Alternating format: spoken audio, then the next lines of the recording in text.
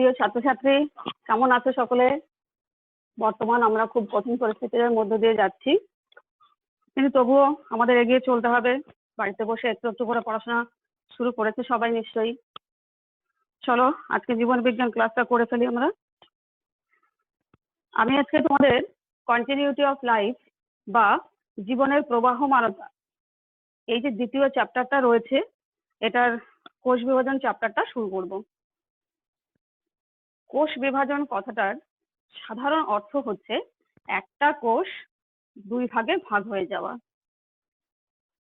একটা কোষ দুই ভাগে ভাগ হতে গেলে তার জন্য কতগুলো জিনিস আমাদের প্রয়োজন রয়েছে।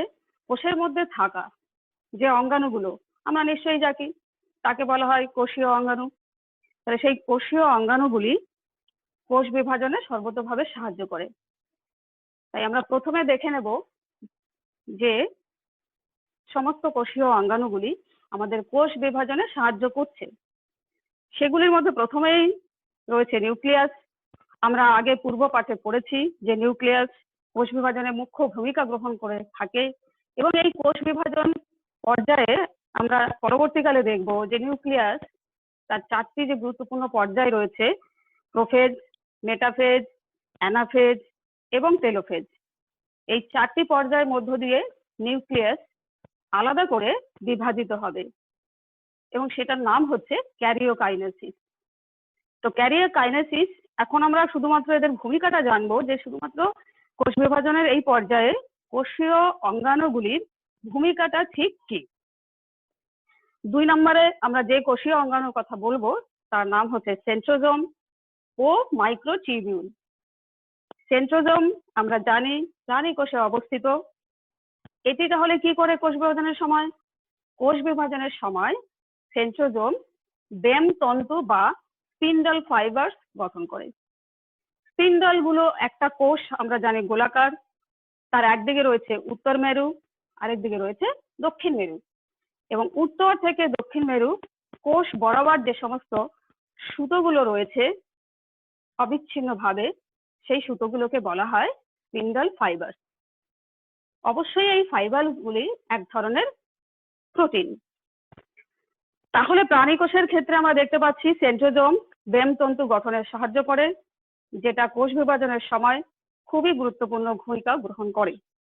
চলে আসো এবার মাইক্রোটিউবিউলের ক্ষেত্রে।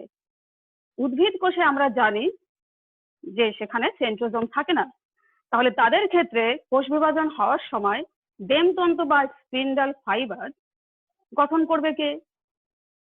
প্রশ্নটা চলে আসছে। তাহলে সেক্ষেত্রে মাইক্রোটিউবিউলও রয়েছে এক ধরনের টিউবিউলিন নামক প্রোটিন দ্বারা গঠিত অঙ্গাণু, যে উদ্ভিদের কোষ বিভাজনের সময় বেম তন্তু গঠনে সাহায্য করে। চলে এসো 3 নম্বর পয়েন্টে। 3 নম্বর পয়েন্ট রয়েছে রাইবোজোম, পর্দাবিহীন কোষীয় অঙ্গাণু। এটিও খুব গুরুত্বপূর্ণ, প্রোটিন সংশ্লেষ বা প্রোটিন তৈরিতে সাহায্য করে থাকে। আর সব শেষে রয়েছে মাইটোকন্ড্রিয়া। আমরা অনেক আগে জীবন বিজ্ঞানের প্রত্যেকটা ক্লাসে জেনে আসছি, খুব ছোট থেকে, ক্লাস 8 থেকে তো আমরা অবশ্যই জানি যে মাইটোকন্ড্রিয়া আমাদের দেহের এমন এক কোষীয় অঙ্গাণু যে শক্তি উৎপন্ন করে, যেখানে এটিপি তৈরি হয়। আর জীব দেহের প্রত্যেকটা কাজের জন্য সর্বদাই কিছু না কিছু শক্তি খরচ হয়, তাহলে শক্তিটা প্রয়োজন আছে। সেই শক্তি তৈরির কারখানা বা গুরুত্বপূর্ণ জায়গা হলো মাইটোকন্ড্রিয়া। সুতরাং কোষ বিভাজনের সময় যে শক্তিটা খরচ হবে, সেই শক্তিটা সরবরাহ করার জন্য রয়েছে আমাদের মাইটোকন্ড্রিয়া। এর সঙ্গে একটা কথা বলে রাখি, যখন তোমরা দেখবে এই অডিওটা, তখন কিন্তু চ্যাপ্টারটা বের করে নিও, কারণ দেখো এই সময় তো ততটা বোঝানো যাচ্ছে না। কোষ বিভাজন চ্যাপ্টারটা খুবই গুরুত্বপূর্ণ, তোমাদের সামনে পড়ালে সবচেয়ে ভালো হতো। তোমরাও নিজেরা সঙ্গে সঙ্গে কিছু প্রশ্নও করতে পারতে। তবে এই ভিডিওটা বা ভিডিও নয়, দেখার পর যদি কিছু প্রশ্ন থাকে তোমরা অবশ্যই সেটা করবে। তবে বইটা কিন্তু বের করে নিও, পাশাপাশি আমি যেটা বলছি সেটা একটু বইয়ের সঙ্গে মিলিয়ে দেখে রেখে দিও। যদি কোনো প্রশ্ন অ্যারাইজ করে, সব শেষে তোমরা সাইটে অবশ্যই কোশ্চেনগুলো লিখবে, আমি সেটা সলভ করে তোমাদের দিয়ে দেবো।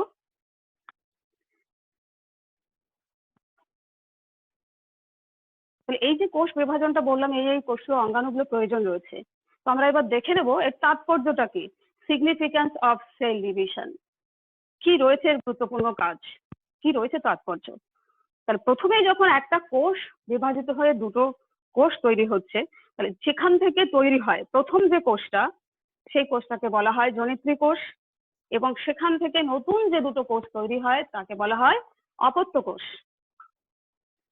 তাই এই অপত্য কোষ তৈরি হচ্ছে, তার উদ্দেশ্যটা কি আমরা উদ্দেশ্যটা দেখে নেব। একটু গোড়ার কথা বলতেই হবে, যেমন যদি প্রাণীদের ক্ষেত্রে বলি যে ভ্রূণ তৈরি হওয়া, পুং গ্যামেট এবং স্ত্রী গ্যামেটের নিষেকের ফলে একটা জাইগোট তৈরি হয় প্রথম কোষ।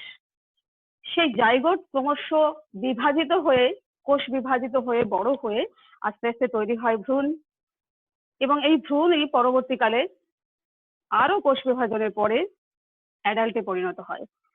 তাহলে বৃদ্ধি এখানে কি আমরা দেখতে পাচ্ছি, যে পুং গ্যামেট স্ত্রী গ্যামেটের নিষেকের ফলে যে জাইগোটটা হলো, একটা মাত্র কোষ হলো, সেখান থেকে আরো অনেকগুলো কোষ আরো বিভাজিত হলো, অনেকগুলো কোষ তৈরি হলো, আরো বিভাজিত হলো। এইভাবে ভ্রূণ ক্রমশ বিভাজিত হতে হতে কিন্তু বৃদ্ধিপ্রাপ্ত হয়ে আরো বড় হয়ে গেল। তাহলে এই যে বৃদ্ধি কথাটা কিন্তু আমরা সঙ্গে সঙ্গে বলছি।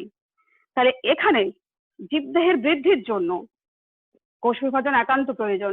অবশ্যই এটা প্রথম পয়েন্ট তোমরা অবশ্যই লিখবে তাৎপর্যের ক্ষেত্রে, যে বৃদ্ধি কোষ বিভাজনের প্রথম তাৎপর্য, কারণ বৃদ্ধির জন্যই কোষ বিভাজন আমাদের প্রয়োজন রয়েছে। তারপরে রয়েছে ক্ষয়পূরণ। ক্ষয়পূরণ কোথাও যদি ধরো আমাদের দেহের কোথাও যদি কেটে যায়, ছোটখাটো যে সমস্ত কোনো ক্ষতচিহ্ন যদি হয়ে যায়, তাহলে দেখবে কিছুদিন পরে সেই জায়গাটা কিন্তু নিরাময় হয়ে যায় কোষ বিভাজনের ফলে। তার মানে সেই জায়গাটা আস্তে আস্তে পূর্ণতা লাভ করে। যদি কোষ বিভাজন না হতো তাহলে সেই ক্ষতস্থান কিন্তু আর পূর্ণ হতো না। তাহলে এক্ষেত্রে ক্ষতস্থান পূর্ণ করার জন্য, মেরামতির জন্য, রিপেয়ারমেন্টের জন্য কিন্তু কোষের বিভাজিত হওয়া অত্যন্ত প্রয়োজন। কিছু কিছু প্রাণীরা রয়েছে যাদের ক্ষেত্রে আবার পুনরুৎপাদন হওয়া, রিজেনারেশন হওয়া একটা হয়ে আছে। সেই দেহ ধরো আমরা যদি বলি তারা মাছ বা স্টারফিশ, ক্লাস 9 অবশ্যই পড়েছো, তাদের অনেক সময় বাহুটা খুলে পড়ে যায়। তো সেই বাহুটা দেখা যায় তাদের বাকি যে পোর্শনটুকু রয়ে গেল, যে অংশটুকু দেহের সঙ্গে রয়ে গেল, সেখানে ক্রমশ বিভাজিত হয়ে আবার করে বাহুটা নতুন করে তৈরি হয়। তাহলে এখানে দেখা যাচ্ছে পুনরুৎপাদন ঘটে যাচ্ছে সেই অংশটার। এই ঘটনাকে বলা হয় পুনরুৎপাদন বা রিজেনারেশন। জেনারেশন নতুন করে হলো, সেক্ষেত্রেও কিন্তু কোষ বিভাজনের অত্যন্ত গুরুত্বপূর্ণ ভূমিকা আমরা দেখতে পাচ্ছি। এবং সবশেষে যে তাৎপর্যটা রয়েছে সেটা হচ্ছে কোষ বিভাজনের দ্বারা এককোষী জীবদের এবং উন্নত জীবদের, উন্নত উদ্ভিদের সকলেরই বংশ বিস্তার। সেই অর্থাৎ প্রজননের জন্য কোষ বিভাজনের প্রয়োজন রয়েছে। এককোষী জীবদের ক্ষেত্রে আমরা এর পরবর্তী যাব যে এককোষী জীবদের ক্ষেত্রে বিভাজনটা কেমন, এবং উন্নত উদ্ভিদ, উন্নত প্রাণীদের ক্ষেত্রে কিভাবে কোষ বিভাজন সাহায্য করছে। তাই প্রজননের ক্ষেত্রেও প্রয়োজন আছে। উন্নত উদ্ভিদের ক্ষেত্রে রেণু উৎপাদনের মাধ্যমে, এবং প্রাণীদের ক্ষেত্রে গ্যামেট উৎপাদনের মাধ্যমে প্রজনন সম্পন্ন হচ্ছে, এবং সেখানে কোষ বিভাজন কিভাবে ভূমিকা গ্রহণ করছে। তোমাদের যখন পরীক্ষায় আসবে কোষ বিভাজনের তাৎপর্য, তখন কিন্তু তোমরা আগে পয়েন্টটাকে লিখবে, আন্ডারলাইন করবে, তারপরে তার সম্পর্কে দুটো করে বাক্য অবশ্যই মনে রাখতে হবে। ঠিক আছে, এবার আমরা চলে আসি অ্যামাইটোসিস প্রক্রিয়ায়। এই অ্যামাইটোসিসটা কোষ বিভাজনের প্রকারভেদের মধ্যে আমরা চলে আসি। কোষ বিভাজনের প্রকারভেদ হচ্ছে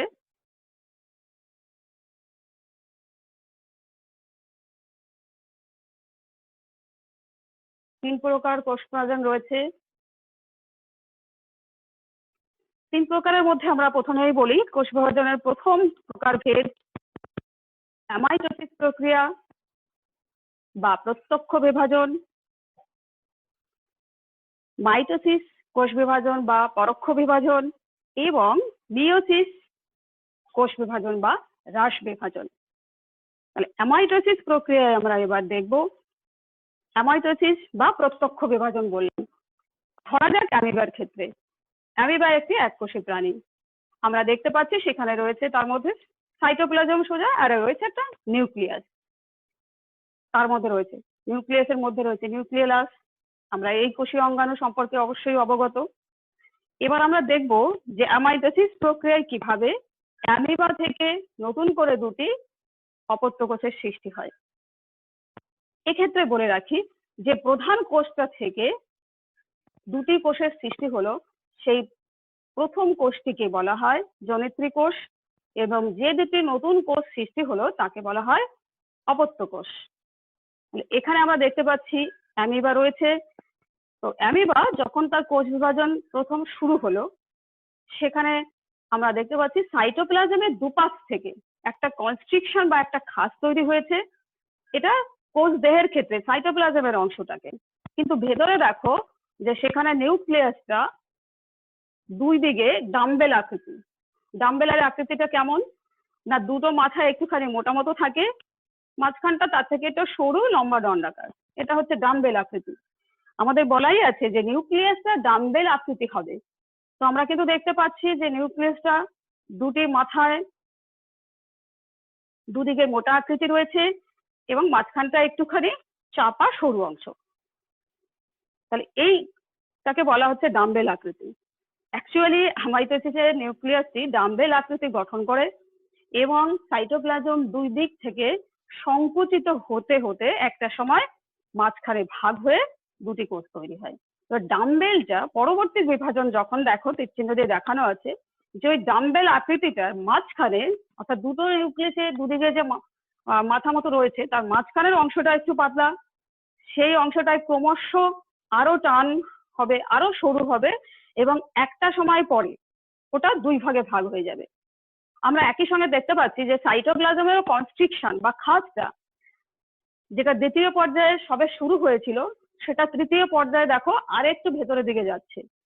তাহলে সেক্ষেত্রে কি বোঝা গেল যে ক্রমশ কিন্তু বিভাজিত হওয়ার জন্য দুই দিকে বিভাজিত হয়ে খাঁজ দুটো একটা সময় নিউক্লিয়াসের গায়ের কাছে চলে আসবে, আর অন্যদিকে নিউক্লিয়াসটা দেখো ডাম্বেল আকৃতি হতে হতে মাঝখানটা ক্রমশ পাতলা হয়ে গেল, একটা সময় ভাগ হয়ে গেল। তাহলে এই ভাগটা কিন্তু তোমাদের দেখানোর সময় দেখা যাচ্ছে যে আলাদা করে কিন্তু সাইটোপ্লাজম বিভাজিত হচ্ছে না, কিংবা আলাদা করে নিউক্লিয়াস বিভাজিত হচ্ছে না, দুটোই একই সঙ্গে বিভাজিত হচ্ছে। এটা অ্যামাইটোসিস প্রক্রিয়ার একটা অন্যতম বৈশিষ্ট্য। এটাকে প্রত্যক্ষ বিভাজন বলার একটা কারণ হচ্ছে যে যেহেতু জনিত্রী জীব থেকে অন্য কোনো পর্যায় ছাড়া, ধরো এটা অন্য আরেকটা পর্যায়, যেমন ধরো অ্যানাফেজ, মেটাফেজ, যেটা আমরা উন্নত উদ্ভিদ এবং প্রাণীদের ক্ষেত্রে দেখব, সেটা কিন্তু হচ্ছে না। এখানে দেখতে পাচ্ছি সাইটোপ্লাজম সরাসরি দুদিকে ভাগ হওয়ার জন্য মাঝখানে একটি কনস্ট্রিকশন বা একটা খাঁজ তৈরি হচ্ছে, অন্যদিকে নিউক্লিয়াসটা ডাম্বেল আকৃতি হচ্ছে, সেটাও বিভাজিত হওয়ার জন্য। এর মাঝে অন্য কোনো পদ্ধতি বা পর্যায় অন্তর্ভুক্ত নয়।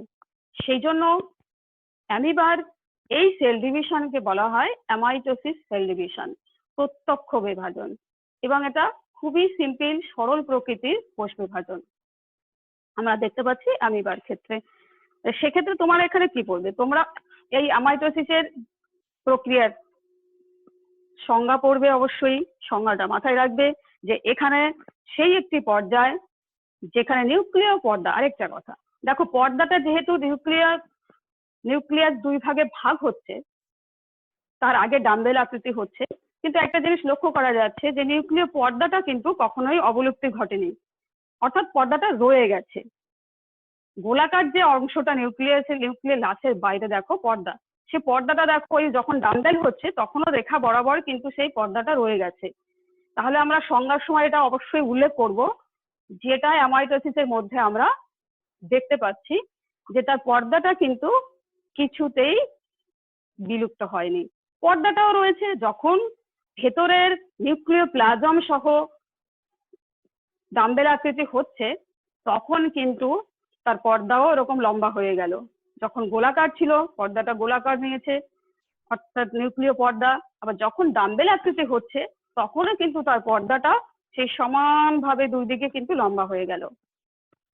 অবশ্য কোষের প্রত্যেকটা পর্দার এই যে ফ্লেক্সিবিলিটি অর্থাৎ স্থিতিস্থাপকতা এটা কিন্তু থাকে।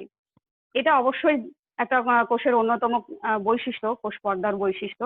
তাহলে এখানে নিউক্লিয় পর্দায় আমরা দেখতে পাচ্ছি অবলুপ্তি ছাড়াই কিন্তু নিউক্লিয়াস দুই ভাগে ভাগ হয়ে গেল। এবং সেই সঙ্গে আমরা এও দেখতে পাচ্ছি যে এখানে কিন্তু ডেমতন্তু গঠন হচ্ছে না। এখানে ক্রোমোজোমের ডিভিশন গুলো, ক্রোমোজোমের বিভাজন গুলো আলাদা পর্যায়ে, যেটা একটু আগে বলেছি, সেটাও পরিলক্ষিত নয় একদম। এই জন্য এই প্রক্রিয়াটাকে বলা হচ্ছে সরল প্রক্রিয়া, প্রত্যক্ষ বিভাজন, যেটা অ্যামাইটোসিসের মধ্যে আমরা দেখতে পাচ্ছি। তাহলে তোমরা যখন এর বৈশিষ্ট্যগুলো বলবে 1 থেকে 3 4টে পরপর ধাপ অনুযায়ী বৈশিষ্ট্যগুলো বলবে। কি কি বলবে? 1 নম্বর পয়েন্ট বৈশিষ্ট্য যে আমরা এখানে দেখতে পাচ্ছি যে নিউক্লিয়াস এবং সাইটোপ্লাজম একই সঙ্গে বিভাজিত হয়। আমরা এগুলো কি করছি, বৈশিষ্ট্যগুলোকে একবার সামারি করছি, অর্থাৎ আমরা কি কি বৈশিষ্ট্য হিসেবে যখন পয়েন্ট ধরে আমরা বলবো তখন কি কি বৈশিষ্ট্য আমরা বলবো। তাহলে ফার্স্ট অফ অল আমরা বলবো যে এই প্রকার কোষ বিভাজনের সময় নিউক্লিয়াস এবং সাইটোপ্লাজম একই সঙ্গে বিভাজিত ঘটে বা বিভাজন ঘটে, একই সঙ্গে বিভাজিত হয়। দ্বিতীয় আমরা বলতে পারি, দ্বিতীয় পয়েন্ট যেটা আমরা একটু আগে দেখেছি এবং আমি বলেওছি যে নিউক্লিয়াসটি ডাম্বেল আকৃতি ধারণ করবে। তখন সমগ্র সাইটোপ্লাজম সহ সমগ্র কোষটিও ডাম্বেল আকৃতি ধারণ করছে এবং সাইটোপ্লাজমের দুপাশ থেকে কনস্ট্রিকশন বা খাঁজের সৃষ্টি হচ্ছে। নিউক্লিয়াস এবং সাইটোপ্লাজম একটা সময় পরস্পর থেকে বিচ্ছিন্ন হয়ে দুটি অপত্য কোষের সৃষ্টি করলো। ডটার সেল মানে অপত্য সেল, এবং যে প্রধান কোষ থেকে প্রথম বিভাজন শুরু হয় তাকে বলা হয় মাদার সেল বা জনিত্রী কোষ, এবং নতুন তৈরি হওয়া কোষ দুটোকে বলা হয় ডটার সেল। দেখো প্রত্যেকের মধ্যে যখন নতুন নিউক্লিয়াস হয়েছে তো তার মধ্যে অবশ্যই নিউক্লিয় পর্দা সহ আবার গোলাকার নিউক্লিয়াস প্রত্যেকটার মধ্যে দেখা যাচ্ছে। তো 1 থেকে 3টি বা 4টি বৈশিষ্ট্য বললেই হলো, 3টে অবশ্যই বলবে। এখান থেকে প্রত্যেকটা পর্যায়ে যেটা আমরা বলবো ইম্পর্টেন্ট জিনিসগুলি হলো সংজ্ঞা, অ্যামাইটোসিস কাকে বলে, নাম্বার 2 স্থান বা অকারেন্স কোথায় দেখা যায়, দ্যাট মিন কাদের ক্ষেত্রে অ্যামাইটোসিসটা ঘটে। সেক্ষেত্রে আমরা দেখতে পাচ্ছি ব্যাকটেরিয়ার ক্ষেত্রে ঘটে, আমরা জানি ইস্টের ক্ষেত্রে ঘটে, এবং এককোষী প্রাণী অ্যামিবা। তার মানে কি নিম্ন শ্রেণীর প্রাণীদের ক্ষেত্রে আমরা এটা দেখতে পাচ্ছি, প্রাণী এবং উদ্ভিদ উভয়ের ক্ষেত্রে আমরা অ্যামাইটোসিস দেখতে পাই। তারপরে হচ্ছে বৈশিষ্ট্য। অ্যামাইটোসিস থেকে আমরা এই জিনিসগুলোই জানলাম, আমাদের পরীক্ষার ক্ষেত্রেও এই জিনিসগুলি গুরুত্বপূর্ণ। তাহলে একটু সাম আপ করে নিই প্রথম থেকে কোষ বিভাজন চ্যাপ্টার। কোষ বিভাজনে অংশগ্রহণকারী সহায়ককারী কোষীয় অঙ্গাণুগুলি এবং তার একটা করে তাৎপর্য, কি ভূমিকা তাদের, একটা করে ভূমিকা অবশ্যই পরীক্ষা এখান থেকে আসে। তারপরেই তাৎপর্য, কোষ বিভাজনের তাৎপর্য কি, 3টি পয়েন্ট অবশ্যই পরীক্ষার জন্য মনে রাখবে। বৃদ্ধি অবশ্যই তার মধ্যে থাকবে ক্ষয়পূরণ, প্রজনন, রিজেনারেশন বা পুনরুৎপাদন, সেটা লাস্টের দিকে বললেই হবে। এ পর্যন্ত সাম আপ করে দিলাম পরীক্ষার জন্য। চলো এবার পরেরটা দেখে নিই। 3টে টাইপস বা 3 প্রকারের কোষ বিভাজন আমরা বলেছিলাম। সেই 3 প্রকার কোষ বিভাজনের মধ্যে থেকে এবারে আমরা দ্বিতীয়টায় চলে যাব। দ্বিতীয় কোষ বিভাজনটির নাম হচ্ছে মাইটোসিস কোষ বিভাজন, তাই তো? দ্বিতীয় কোষ বিভাজনের নাম হচ্ছে মাইটোসিস কোষ বিভাজন। তাহলে সেক্ষেত্রে মাইটোসিস কোষ বিভাজনের সময় আমরা এবার কি কি ঘটনাগুলি দেখব সেটাই চলে আসি।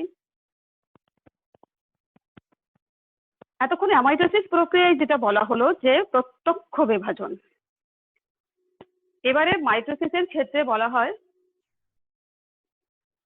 পরোক্ষ বিভাজন। পরোক্ষ বিভাজন কেন বলা হচ্ছে? পরোক্ষ বিভাজন এই কারণেই বলা হচ্ছে যে মাইটোসিস কোষ বিভাজনের সময় আমরা দেখব যে নিউক্লিয়াস এবং সাইটোপ্লাজম প্রথমত আলাদা আলাদা ভাবে বিভাজিত হবে এবং অন্তর্বর্তী অনেকগুলো পর্যায় রয়েছে, অনেকগুলো পর্যায়ের মধ্য দিয়ে নিউক্লিয়াস বিভাজিত হবে। যেহেতু এখানে নিউক্লিয়াসটা সরাসরি বিভাজিত হচ্ছে না, সেই জন্য এটাকে বলা হচ্ছে পরোক্ষ বিভাজন। নিউক্লিয়াসের বিভাজন হচ্ছে কিন্তু অনেকগুলো পর্যায়ের মধ্য দিয়ে হচ্ছে, সেই জন্য এটাকে আমরা বলছি পরোক্ষ বিভাজন। ওকে,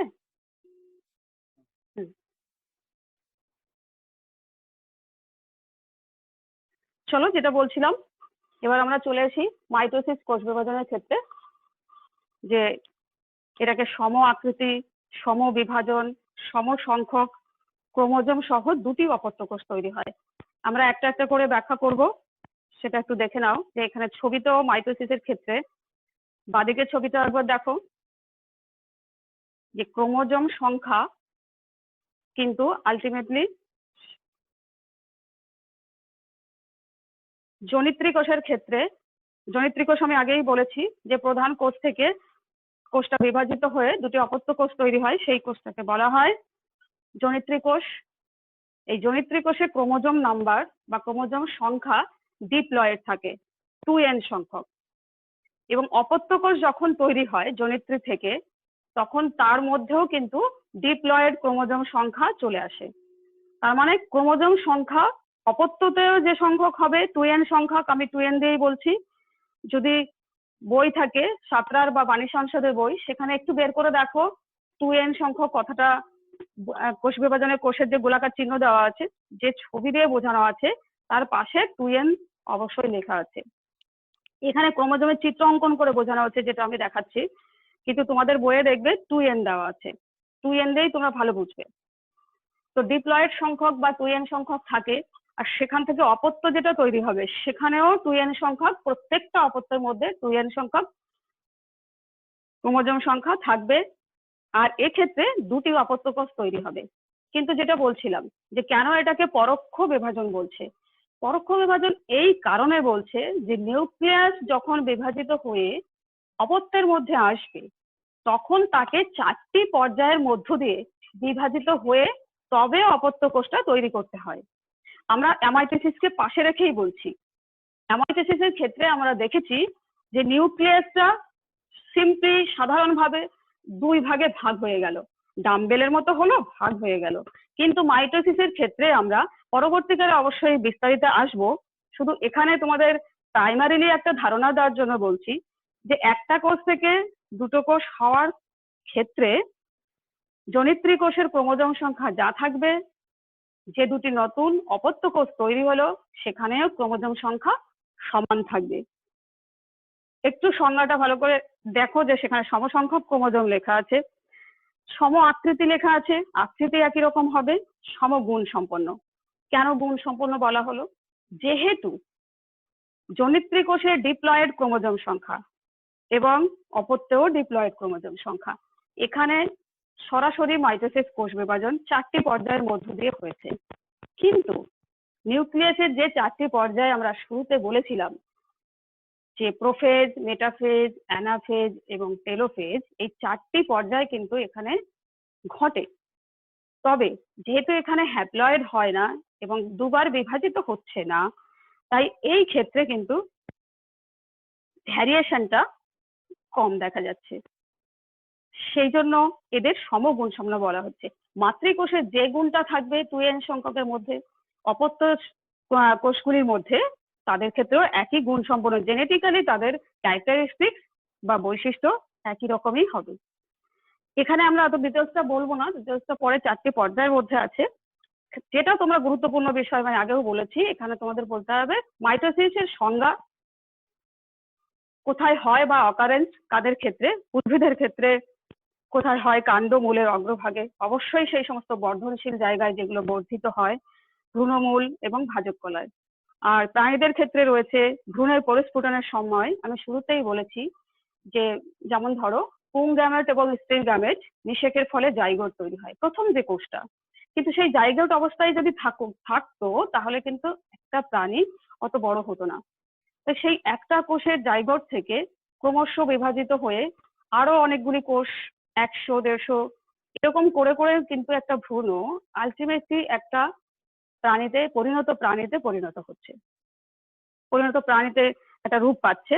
তাহলে সেক্ষেত্রে কিন্তু মাইটোসিস কোষ বিভাজনের প্রয়োজন রয়েছে। তাই এখানে তোমরা যেখানে অকারেন্স বা কোথায় হয় দেখা যায়, সেখানে উচ্চতর প্রাণীদের ভ্রূণের পরিস্ফুটনের সময় এইখানেই তোমাদের বললাম যে জাইগোট থেকে ভ্রূণ তৈরি হওয়ার এই যে ডেভেলপমেন্ট বা এই যে সেল ডিভিশনের মাধ্যমে যে বিকাশ ঘটা, সেটাও কিন্তু মাইটোসিসের মাধ্যমেই হচ্ছে। তারপরে শুরু হয়ে গেল ভ্রূণের দৈহিক আকৃতি, বিভিন্ন অঙ্গ গঠন। আমরা এটা মানব দেহের ক্ষেত্রে বোঝাচ্ছি। তবে সেক্ষেত্রেও যে আস্তে আস্তে করে জাইগোট থেকে ভ্রূণ থেকে পরিণত হতে তাদের প্রচুর বিভাজন হতে হচ্ছে। এই ক্ষেত্রে কিন্তু মাইটোসিস কোষ বিভাজনের দরকার। তাই কোথায় হয় পরীক্ষায় পড়ার সময় তোমাদের এটা বলবে, সংজ্ঞাটা বলবে, আর বৈশিষ্ট্য বলতে গেলে সেই কথাগুলো বলবো। নাম্বার 1 তোমরা বলবে, প্রথমত মাইটোসিস একটা কোষ থেকে দুটো কোষে বিভাজিত হয়ে দুটো অপত্য কোষ তৈরি হয়।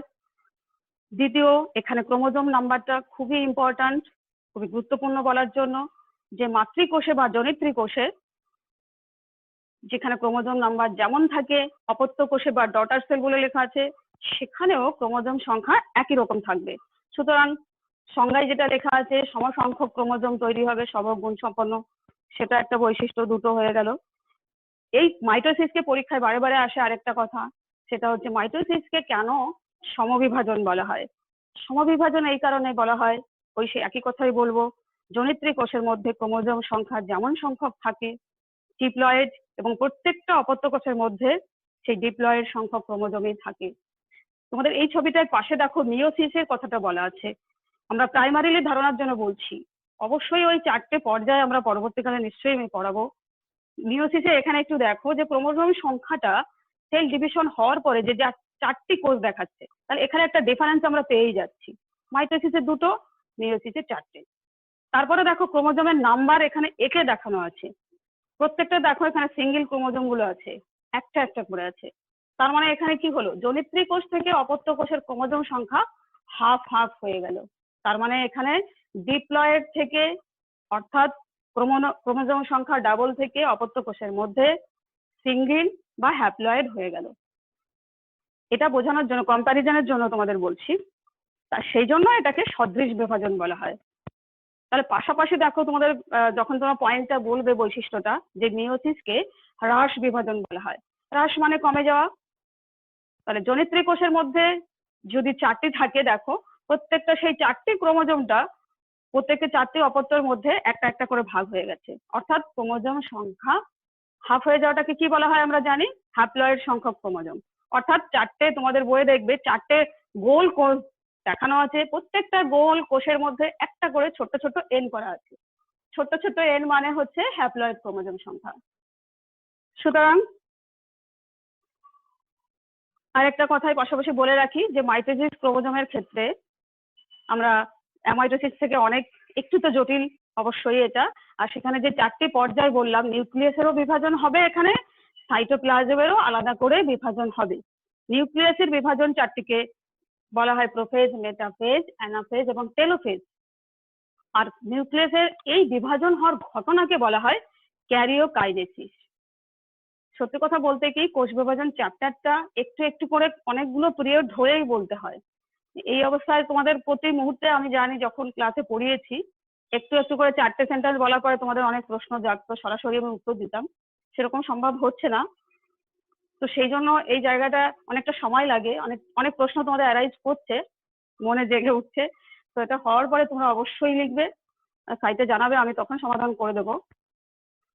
তো সেই জন্য আমি জানি কিছু জায়গা হয়তো ডিফিকাল্টি অনেকের হচ্ছে, কিন্তু এখন বলতে হবে না, সেটা ক্লাস তো নেই, তোমাদের সামনাসামনি সেটা শুনবো। ঠিক আছে, যাই হোক।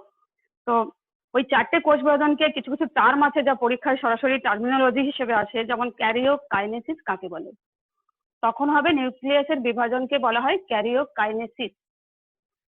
ঠিক একইভাবে সাইটোপ্লাজমেরও বিভাজন ঘটে, সাইটোপ্লাজমের বিভাজনকে বলা হয় সাইটোকাইনেসিস। সাইটো মানে কোষ, কোষীয় অংশ, আর ক্যারিয়ন কথাটার মানে হচ্ছে নিউক্লিয়াস, আর ডিভিশন মানে তো বুঝতেই পারছো ডিভিশন বা ভাগ। সুতরাং জেনেসিস মানে নতুন করে ডিভিশন হয়ে কিছু তৈরি হওয়া, তাতে ক্যারিয়ার কাইনেসিস মানে নিউক্লিয়াসের বিভাজন বলেই ফেললাম। তাহলে মাইটোসিস থেকে এই দুটো জিনিসও তোমরা জানলে। এবং আবারও মিওসিসের সাধারণ ধারণা দেওয়ার পর আমরা অবশ্যই ডিটেলসে চলে যাব যে ক্যারিওকাইনেসিস পদ্ধতিটা কি এবং সাইটোকাইনেসিস পদ্ধতিটা কি, এবং তার সম্পর্কে প্রত্যেকটা পর্যায়ে আমরা ভালো করে পড়ব। তাহলে সাম আপ করে নিলাম, মাইটোসিসের সংজ্ঞা পড়বে ভালো করে, পরীক্ষার জন্য অবশ্যই স্থান কোথায় দেখা যায় উদ্ভিদ এবং প্রাণীর ক্ষেত্রে, এবং 4টি করে বৈশিষ্ট্য। মাইটোসিসকে কেন সমবিভাজন বলা হয় সেটা খুব ইম্পর্টেন্ট রয়েছে, সম বা সদৃশ বিভাজন বলা হয় সেটাও। এই ছবিটায় দেখো, শেষ 2n সংখ্যক সদৃশ বিভাজন বলা হয়। দেখো এইটা দিয়ে ভালো বোঝানো হচ্ছে উইথ ক্রোমোজোম নাম্বার, যেটা একটু আগে আমি বলে গেছি 46টা ক্রোমোজোম ডিপ্লয়েড। আমি আগেই বলেছি প্রথম যেটা কোষ থাকবে তাকে বলা হয় জনিত্রী কোষ বা মাদার সেল। আর তোমরা জনিত্রী কোষই লিখবে, মাদার সেল আমরা বলছি মাদার সেল লিখবে না পরীক্ষার খাতায়। তো যাই হোক, সেখানে দেখো ডিপ্লয়েড, একটু আগে যেটা বলে গেছি, এখানে কিন্তু ক্রোমোজোম সংখ্যাটা কিন্তু আমাদের পুট করে দেওয়া আছে 46। 46 মানে কি? মানব দেহের টোটাল ক্রোমোজোম সংখ্যা, আর তাকে আমরা কি বলি? ডিপ্লয়েড বলি। তাহলে দেখে নাও যে মাইটোসিসের ক্ষেত্রে ডিপ্লয়েড টু ডিপ্লয়েড কি ক্রোমোজোম সংখ্যা একই রইল, সেই জন্য এটাকে আমরা বলি সমবিভাজন বা সদৃশ বিভাজন। মাতৃকোষ থেকে সম আকৃতি, সমগুণ সম্পন্ন এবং সমসংখ্যক ক্রোমোজোম সংখ্যা থাকছে। তাহলে ক্রোমোজোম সংখ্যাটা সমান, সেটা আমরা এই ছবির মাধ্যমে তোমাদের কাছে খুবই স্পষ্ট। এই ছবিটা বইয়ে আমাদের কোনো বইয়ে এইভাবে দেওয়া নেই যে 46 থেকে 46 2n করে দেওয়া আছে, পারলে ছবিটা অবশ্যই খাতায় টুকে নেবে, ভালো করে লিখে নেবে। আর পাশাপাশি দেখো মিওসিসটা 46 আছে, তার মানে 46টা রয়েছে ডিপ্লয়েড, আর সেখান থেকে 4টি যে অপত্য কোষ রয়েছে তাদের মধ্যে হ্যাপ্লয়েড সংখ্যা 23, আর 23টা আমরা জানি হ্যাপ্লয়েড সংখ্যা n = 23। এর পাশাপাশি কিন্তু মিওসিসটা আমরা জেনে নিলাম যে মিওসিস কোষ বিভাজনকে রাজ বিভাজন কেন বলা হচ্ছে। দেখো ওখানে আছে 46, যখন অপত্যগুলোর মধ্যে চলে এলো প্রত্যেকটাই 23 হয়ে গেছে, তাহলে 23টা কি 46-এর হাফ, 46-এর হাফ। সুতরাং এই জন্যই মিওসিসকে বলা হয় যে হ্রাস বিভাজন, ক্রোমোজোম সংখ্যা জনিত্রী কোষ থেকে অপত্যর মধ্যে কমে আসা, হাফ হয়ে যাওয়া। তাহলে মিওসিসের ক্ষেত্রেও সেই একই রকম বলবো যে মিওসিস কোষ বিভাজনের সংজ্ঞাটা অবশ্যই পড়বে। একে হ্রাস বিভাজন কেন বলা হয়? অবশ্যই জনন মাতৃকোষে, যেটা মাইটোসিস ছিল দেহ মাতৃকোষে ঘটে, আর এখানে মিওসিস কোষ বিভাজন জনন মাতৃকোষে ঘটে, নিম্ন শ্রেণীর উদ্ভিদ থেকে শুরু করে উন্নত শ্রেণীর উদ্ভিদ এবং প্রাণীদের ক্ষেত্রে। উদ্ভিদের ক্ষেত্রে বলি মস, ফার্ন, এদের ক্ষেত্রে ঘটে রেণু মাতৃকোষে, আর উন্নত শ্রেণীর উদ্ভিদ যেগুলো রয়েছে তাদের ক্ষেত্রে পরাগধানী এবং ওভিউল বা ডিম্বক মাতৃকোষে ডিম্বাণুর মাধ্যমে ঘটে। আর মানব দেহে অবশ্যই শুক্রাশয় এবং ডিম্বাশয়ের যে জায়গা থেকে আমাদের গ্যামেট তৈরি হয় সেখানে থেকে এটা মিওসিস কোষ বিভাজন সেক্ষেত্রে আমরা দেখতে পাই প্রজননের ক্ষেত্রে গ্যামেট গঠন করার মাধ্যমে। স্থান বা কোথায় ঘটে সেই জায়গাটা খুবই গুরুত্বপূর্ণ, কিন্তু পরীক্ষায় এগুলো মাঝে মাঝে তোমাদের আসে। ধরো উদ্ভিদের ক্ষেত্রে তো বললো, প্রাণীদের ক্ষেত্রে জনন মাতৃকোষ যদি বলা হয় সেক্ষেত্রে মানবদেহের ক্ষেত্রে অবশ্যই মাতৃকোষ, ডিম্বাশয়ের ক্ষেত্রে ডিম্বাশয় রয়েছে আমাদের, সেখানে ডিম্বাণু মাতৃকোষ বলা হয়, প্রাইমারি উসাইট ডিম্বাণু মাতৃকোষ। এবং প্রাণীদের ক্ষেত্রে শুক্রাশয় অবশ্যই আমাদের গোনাড বা জনন গ্রন্থি, সেখানকার যে প্রাথমিক স্পারমাটোসাইট, যে প্রাথমিক কোষগুলো রয়েছে তাকে বলা হয় জনন মাতৃকোষ। তাহলে সেগুলো কোথায় থাকবে? জননাঙ্গে থাকবে। এবার স্ত্রীদের জননাঙ্গ ডিম্বাশয়, পুরুষদের জননাঙ্গ শুক্রাশয়। সেই জনন মাতৃকোষ থেকে আমাদের গ্যামেট তৈরি হবে। তো সেই জায়গাগুলোতে আমরা কিন্তু মিওসিস কোষ বিভাজন দেখব। তো বৈশিষ্ট্য হিসেবে অবশ্যই লিখবে যে এটি জনন মাতৃকোষে ঘটে 1 নম্বর। 2 নম্বর, মাতৃকোষের প্রত্যেকটা অপত্য কোষে 4টি করে হ্যাপ্লয়েড ক্রোমোজোম সংখ্যক অপত্য কোষ সৃষ্টি হয়, অর্থাৎ যে 4টি অপত্য কোষ তৈরি হয় তাদের প্রত্যেকের মধ্যে হ্যাপ্লয়েড সংখ্যক ক্রোমোজোম থাকে, অর্থাৎ n সংখ্যক। তার মানেই কি? তার মানেই ডিপ্লয়েডের হাফ, জনন মাতৃকোষের হাফ সংখ্যক ক্রোমোজোম বৈশিষ্ট্য অবশ্যই এটা লিখবে তোমরা। আর এই প্রক্রিয়ায় মাতৃকোষটি কিন্তু দুভাগে বিভাজিত হয়। সেটা এখানে দেখো দুটো গোল দিয়ে বোঝানো আছে। 46-এর পরে দুটো গোল দেওয়া আছে। 46-এর পরে এখানে আরেকটা 46 এবং তারপর থেকে আবার এন সংখ্যক 23, সেই 23 থেকে 4টে 23। আমি জানি এই জায়গাটা বুঝতে অসুবিধা হলো, বোর্ড থাকলে সত্যি খুব ভালো হতো সামনে। তবুও বলছি যে মাঝখানে আরেকটা পর্যায় হয়। তোমাদের এখানে কিন্তু মিওসিস 10ম শ্রেণীর জন্য এত ডিটেলসে দরকার নেই বলে ওখানে কিন্তু গোল দিয়ে বোঝানো আছে। শুধু এটা জেনে নাও যে দুবার বিভাজিত হয়। প্রথমটাকে বলা হয় মিওসিস অন, পরেরটাকে বলা হয় মিওসিস 2। মিওসিস অন হওয়ার পর তখন দুটো কোষ থাকে এবং মিওসিস 2 ফাইনালি হওয়ার পর তবে 4টি কোষ তৈরি হয়। সুতরাং এখানে তোমরা বৈশিষ্ট্য শুধু বলবে যে মিওসিস কোষ বিভাজনের ক্ষেত্রে 2বার বিভাজিত হয়ে 4টি অপত্য কোষ তৈরি হয়। তো আমরা আগে দেখেছি মাইটোসিসের ক্ষেত্রে একবারই বিভাজিত হতে, এখানে আমরা আরো একটা আলাদা জিনিস জানলাম যে 2বার বিভাজিত হয়,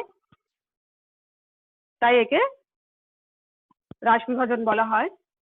এখানে আরেকটা কথা তোমাদের পয়েন্টে লেখা থাকতে পারে যে প্রথমটা হ্রাস বিভাজন 46 থেকে 23, যেখানে গোল দেখানো যাচ্ছে ওখানে 23 দেখাচ্ছে না, কিন্তু তারপরে 23 থেকে 23। তো দ্বিতীয় মিওসিস 2-র ক্ষেত্রে সদৃশ বিভাজনটা তোমাদের ঘটে থাকে। আলটিমেটলি এই যে গোলটা দেখাচ্ছে দেখো এখানে 23 নেই, ধরে নাও এই কোষগুলোর মধ্যেও 23 লেখা আছে। 46 থেকে 23, তো মিওসিস অন যদি এই পর্যায়টা মিওসিস অন হয়, ঘটে গেল এখানে দেখা গেল দুটো অপত্য তৈরি হলো, এর মধ্যেও 23, এর মধ্যেও 23। এবার পরবর্তীকালে এখানে ধরো মিওসিস 2 লেখা হলো, তাই মিওসিস 2 এর পরে দেখো একটা থেকে দুটো আর একটা থেকে দুটো কোষ তৈরি হলো, তাহলে টোটাল কত? 4টে হলো। এই পর্যায়টার নাম মিওসিস অন, এই পর্যায়টার নাম মিওসিস 2। এবং ফাইনালি মিওসিস 2 ক্ষেত্রে সদৃশ বিভাজন কেন বলা হলো? কারণ এখানেও 23 ছিল, এখানেও 23 আছে, তাই পরবর্তী দ্বিতীয় পর্যায়টা মিওসিস 2 ক্ষেত্রে বলা হয় সদৃশ বিভাজন। উপরের অংশটা 46 থেকে এখানে 46 থেকে 23 চলে এলো, তাই এটাকে বলা হয় হ্রাস বিভাজন। তো ওভারঅল এতটা ডিটেলস তোমাদের মিওসিস আসবে না, শুধু 2বার বিভাজিত হয় অবশ্যই, মিওসিস 1 এবং মিওসিস 2 হওয়ার পর আমরা 4টে অপত্য কোষ পাই। তো এখানে আমরা ব্রিফলি আলোচনা করছি, সংক্ষেপে আলোচনা করছি। ওই আবারও বলছি, সংজ্ঞা পড়বে কোথায় হয় সেই স্থানটা ভালো করে বলবে। একবার উদ্ভিদের ক্ষেত্রে নিম্ন শ্রেণীর উদ্ভিদ, উন্নত শ্রেণীর উদ্ভিদ এবং প্রাণীদের ক্ষেত্রে কোথায় কোথায় ঘটে, আর বৈশিষ্ট্য পরীক্ষা এখান থেকে এরকমই আসবে। আর একটা গুরুত্বপূর্ণ প্রশ্ন, কেন মিওসিস কোষ বিভাজনকে হ্রাস বিভাজন বলা হয়? আশা করি এতক্ষণ বুঝেই গেছো তোমরা। আজকে এই পর্যন্ত রইল। যদি কোনো প্রশ্ন থাকে পরবর্তীকালে তোমরা সাইটে জানাবে অবশ্যই। ভালো থেকো।